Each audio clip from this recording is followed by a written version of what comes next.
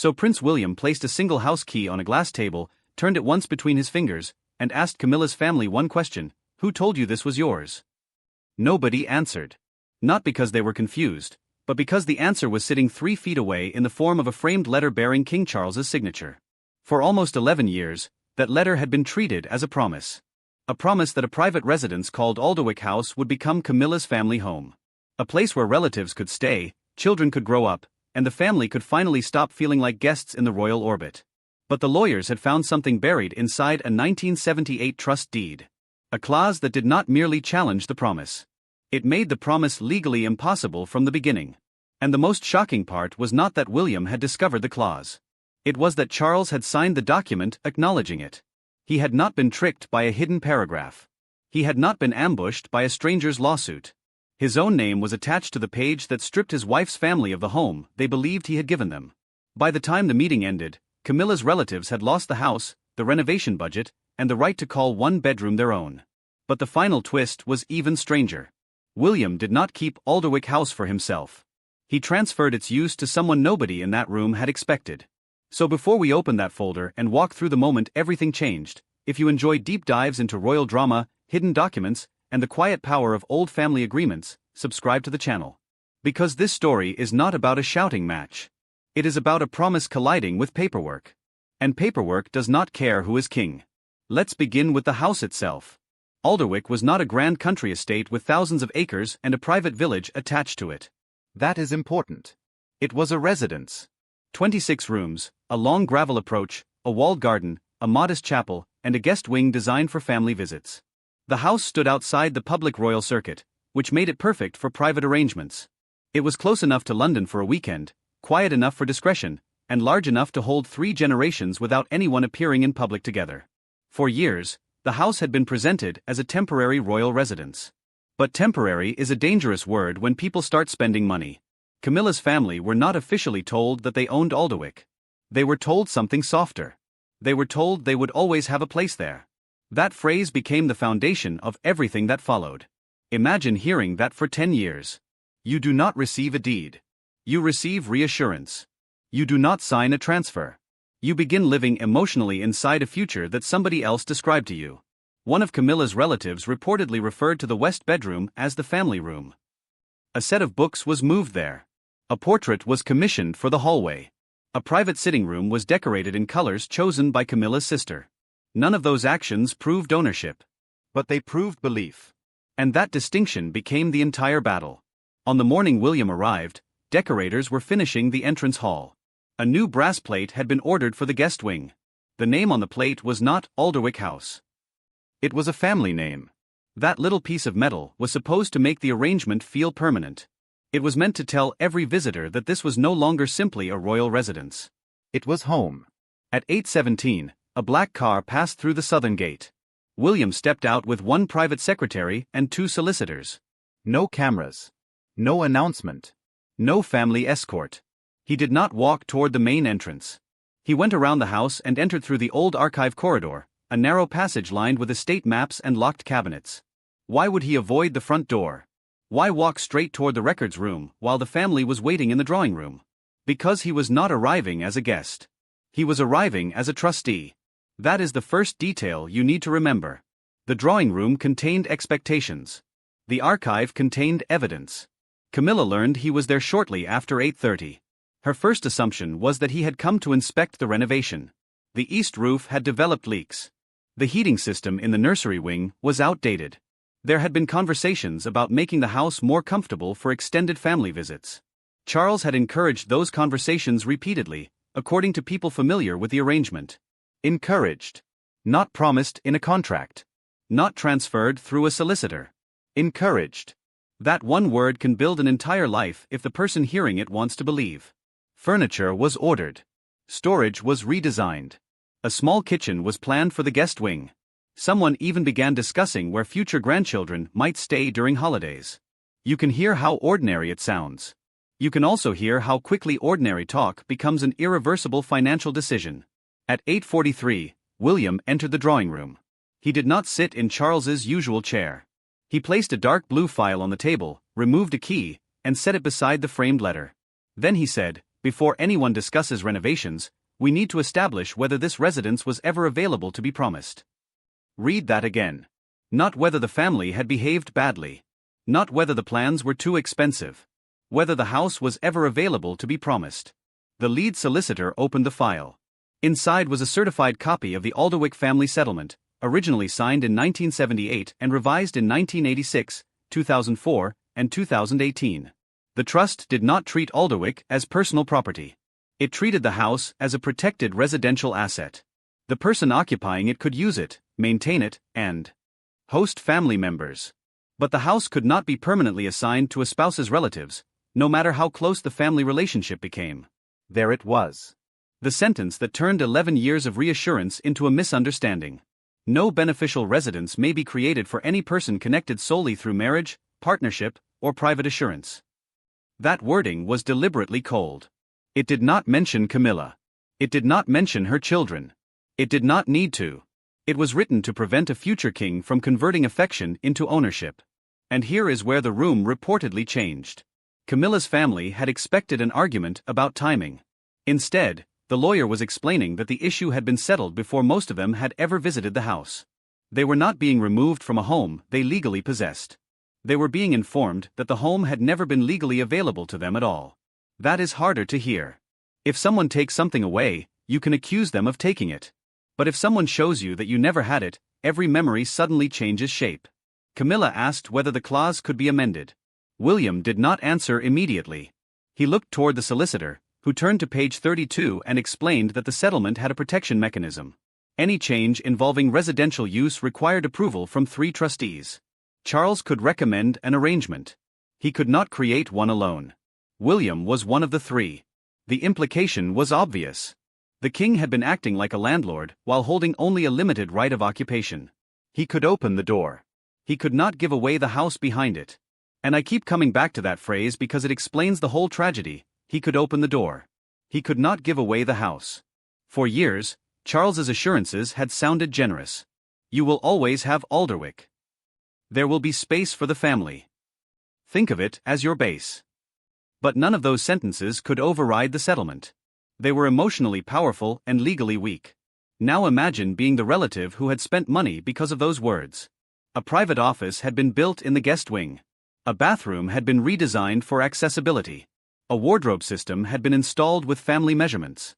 Those expenses were not enormous by royal standards, but they were recorded against the Alderwick maintenance account. The invoices carried descriptions such as future family occupancy and long-term guest conversion. William had found them during a routine review. The amount that caught his attention was not the total. It was the pattern. 1 expense could be explained.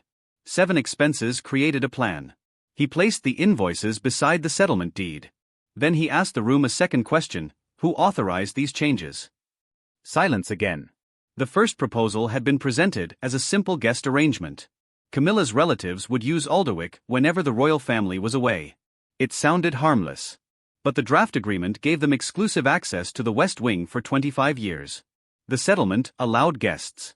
It did not allow a private family to control a section of the house for a generation. William rejected it. The second proposal was more sophisticated. The family would not receive ownership. They would receive a renewable license, automatically extended every 5 years, with the maintenance costs paid through the residence account. Technically, the trust would still hold the property. In practice, Camilla's family would control the home indefinitely. That proposal was not accidental. Someone had studied the document and searched for a gap. They had tried to create permanence without using the word ownership. William rejected that too. Read that again. First they tried to secure the rooms. Then they tried to secure the time. When the deed blocked control, the workaround attempted to control access. It was not a casual misunderstanding anymore. It was a strategy. And what did William do? He did not accuse anyone of fraud. He did something quieter. He requested every invoice, every draft agreement, every contractor instruction, and every email related to Alderwick. He wanted the record to show whether the family had merely misunderstood Charles or whether someone had been preparing to turn the residence into a private possession. 3 days later, the record answered him. A removal company had been placed on standby. A storage unit had been rented under a name connected to Camilla's family. A surveyor had measured the upper rooms, not for repairs but for independent domestic circulation. That phrase meant the West Wing was being redesigned so the family could live there without crossing through the royal rooms. It was an architectural solution to a legal problem. And that is when William's position hardened. Before the survey, he could still imagine that everyone had been carried away by optimistic conversation. After the survey, he saw intent. The building was being changed to support an arrangement the trust did not permit. I want you to pause here and think about how these disputes really work.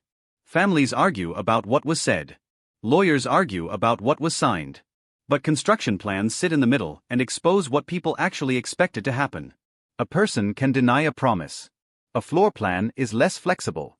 Around lunchtime, Charles entered the archive corridor. He had not expected William to bring the trustees into the conversation so quickly. According to the fictional account being examined here, Charles believed the matter could be solved with a private amendment. He believed William would eventually understand that the arrangement was about family harmony, not property. William's reply was simple: family harmony cannot be purchased with protected assets. That line changed the tone. Charles reportedly argued that Alderwick was underused. William answered that underuse was not the legal question. The legal question was whether a protected residence could be converted into a permanent family benefit through personal promises. Camilla then made the argument many viewers would probably make. If the king could not give the house, why had he allowed the family to believe it was theirs? Why had he encouraged renovations? Why had no one explained the settlement earlier? The solicitor looked at Charles. Charles did not speak. Because the answer was sitting in the file. On October 14, 2004, Charles had signed a trustee acknowledgement confirming that no private residence agreement could be created for relatives connected only by marriage. His signature was not a transfer. It was an acceptance of the restriction. He may have signed it among dozens of other documents. He may have understood it perfectly. He may have assumed a later amendment would solve the problem. We cannot know what he believed. But the paper knew what he had accepted. William slid the acknowledgement across the table. "You knew the door was locked," he said. "You just kept telling them it was open." That is the emotional center of the story. Not a son humiliating a father. Not a prince seizing power. A promise meeting the person who had the duty to enforce it. Now, before we continue, think back to the pattern we discussed in the previous episode about royal households and private assurances. The recurring problem is not always that someone lies. Sometimes the problem is that powerful people speak casually while everyone around them hears a binding commitment. A king says, "This can be yours," and a lawyer later explains that the sentence was never capable of becoming true. Alderwick was that pattern in physical form. The next issue was the prepared rooms. Camilla's family argued that removing their furniture would be cruel and unnecessary. The solicitor agreed that personal items could remain temporarily. But the rooms could not be designated as a private residence. The brass nameplate had to come down. The renovation contract had to be cancelled. The maintenance account had to stop paying expenses related to exclusive occupancy. The nameplate was removed first. It took less than a minute. A staff member unscrewed the two brass fittings, wrapped the plate in cloth, and placed it in a drawer. That tiny action carried more weight than any speech. For weeks, the name had represented certainty. Now it was just an object without a door. Camilla's sister reportedly asked what would happen to the West Wing. William answered that it would return to trust use. But he still had not explained who would use it. That was the question hanging over the room. If Camilla's family could not live there, would William move in? Would he claim Alderwick as another royal base? Would this entire legal exercise simply transfer the privilege from one side of the family to another? The solicitor turned to an additional document. It had been signed 6 weeks earlier, but its effect had been kept private. William had not claimed the residence for himself. He had requested that Alderwick be converted into a temporary home for families whose children were receiving long-term treatment at a nearby hospital. Not a public attraction. Not a ceremonial residence. A private refuge. The West Wing would become short-term accommodation. The garden house would be used as a quiet classroom. The old library would remain intact but would be available for supervised study. The plan did not turn Alderwick into a charity showpiece. It turned it into a functioning home for people who were already living through a crisis. And suddenly the entire conflict looked different.